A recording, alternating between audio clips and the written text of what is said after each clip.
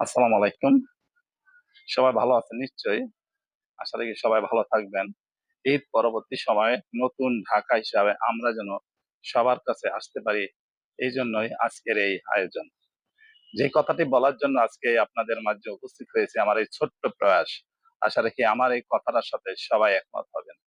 তা হলো আমাদের রাজনৈতিক ব্যক্তিদের ভিতরে কি ধরনের একটি মানে দুর্নীতি বিরাজ করছে তা কিন্তু আমরা দেখলেই বুঝতে পারি। বিশেষ করে ৫ই আগস্ট পরবর্তী সময়ে আমরা যে আশা আকাঙ্ক্ষা নিয়ে আপনাদের সামনে উপস্থিত হয়েছি তা কিন্তু আমরা পাইতাছি না। যেমন আপনার আমাদের কিছু উদীয়মান তারকা নেতা আছে। তারা কিন্তু আজকে দেশের বিভিন্ন জায়গায় দেখা যাচ্ছে তারা দুর্নীতির সাথে বিশাল আকারে জড়িত হয়ে পড়েছে। বিশেষ করে ৫ই আগস্টের পরে ডক্টর ইউনূসের সরকারের সময় আমাদের ছাত্র নেতারা যে বিশাল অঙ্কের টাকা লুটপাটের কথা আমরা আজকে বিভিন্ন মিডিয়ার মাধ্যমে জানতে পারতাছি, তা কিন্তু আমাদের কাছে অত্যন্ত লজ্জাজনক এবং ঘৃণার বিষয়।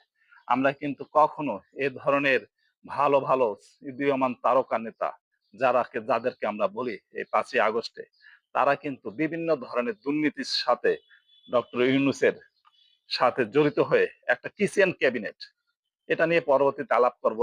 আশা রাখি সবাই ভিডিওগুলা দেখবেন। তো সেইখানে আমরা দেখতে পেলাম তারা বিভিন্নভাবে তাদের মন্ত্রণালয়ের টাকা দুর্নীতি এবং লোপাট করছেন। সাথে, সাথে ছাত্র নেতারাও তাদের সাথে জড়িত। আমার মাথায় কাজ করে না। এত হাজার, হাজার কোটি টাকা কিভাবে তারা লোপাট করলো? তারা কিভাবে একটা জাতীয় সংসদের মতো একটা নির্বাচনে তারা অংশগ্রহণ করলো? এবং তারা এত অর্থ কোথায় পেল? একটি জাতীয় সংসদ নির্বাচনে অংশগ্রহণ করতে হলে আমার দৃষ্টিতে আমার মনে হয় মিনিমাম হলো ১০ কোটি টাকা তো হয় কিনা সন্দেহ। ১০ কোটি ২০ কোটি টাকা তাও মনে হয় আমার ভুল হইছে। মনে হয় ১০০ কোটি টাকা লাগে। সেখানে একজন ব্যক্তি রাজনৈতিক ব্যক্তি হোক বা ছাত্র নেতা ব্যক্তিত্ব হোক, যারাই হোক, তারা কিভাবে এত টাকা পেল কোথায়? তাদের কোথা থেকে এই টাকাটা আসলো? ১৭-১৮ মাসের ভিতরে এই ছাত্র নেতারা কোথায় পেল? আমার ঠিক মাথায় কাজ করে না। কোথা থেকে তারা এই টাকাটা পেল?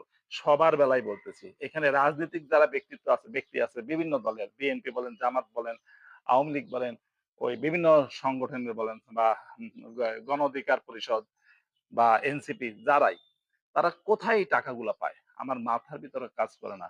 জনগণের এত কষ্টার্জিত অর্থ তারা লুটপাট করে। এই দেশে মনে হয় সবচেয়ে কম পরিশ্রমে টাকা ইনকাম হলো রাজনীতি করা। রাজনীতি করলে আপনি অল্প সময়ের ভিতরে প্রচুর টাকার মালিক হতে পারবেন। কিভাবে আপনি পারবেন বলেন? কিভাবে সম্ভব? দিন রাত খেটে আপনার ১-২ হাজার টাকা ইনকাম করতে পারি না। আর সেখানে তারা